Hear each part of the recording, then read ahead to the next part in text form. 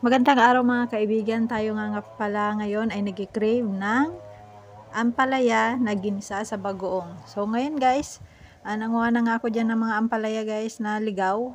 Yung ligaw na ampalaya na yan guys ay tumutubo lang yan kung saan saan. So ayan, meron nga tumubo sa aming likod bahay at sinasakal ng aking gulay na lagikway. Kaya ayan, kinuha ko na para maging ulam na natin. So igigisa natin yan sa bawang at bagoong isda. So napakasarap yan guys, kung matitikman nyo ay napakasulit talaga na gawing ulam yan guys. At libre ka na, healthy pa ang iyong kakainin. So ayan nga guys, medyo nakakarami na tayo sa ating pangunguha ng ligaw na ampalaya. So akala ko dati niyan guys ay hindi siya kinakain at nakakalason. Yun pala hindi. Kinakain pala siya. At ikaw nang bahalang magluto ka anong luto. Pwede rin yan sa munggo. Kung magluluto ka ng munggo ay pwede po yan ilagay sa munggo. So ito na nga guys ang ating nakuha ngayon na ligaw na ampalaya. So tumubo lang yan sa aming likod bahay. So ngayon hihimayin na natin yan isa-isa ang kanyang mga dahon. So ito nga pala ang kanyang bunga.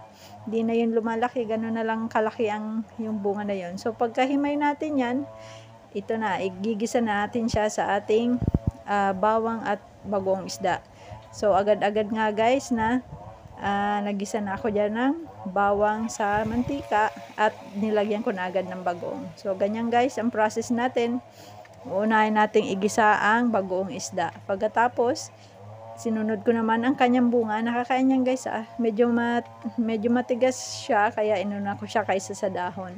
So ayan, palambot-lambutin lang muna natin ang kanyang bunga. At kapag lumambot na siya guys, ito na, isusunod na natin ang kanyang dahon at halu-haluin natin. Medyo madami nga yan guys na dahon kaya by batch ko nilalagay. Niluluto-luto ko muna yung nauna at aapaw kasi siya sa ating kawali. So medyo maliit ang ating kawali dyan. Kaya by batch kong nilalagay hanggang sa maubos.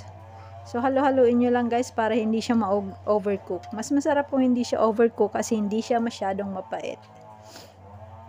Ayan guys.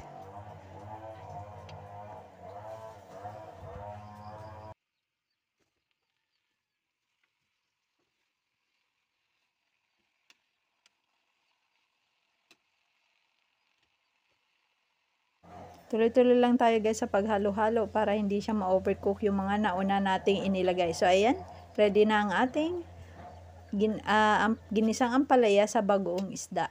Ayan guys, napakasarap. Happy tummy na naman tayo nito, makakarami ng kanin. So ito na nga guys ang kanyang bunga.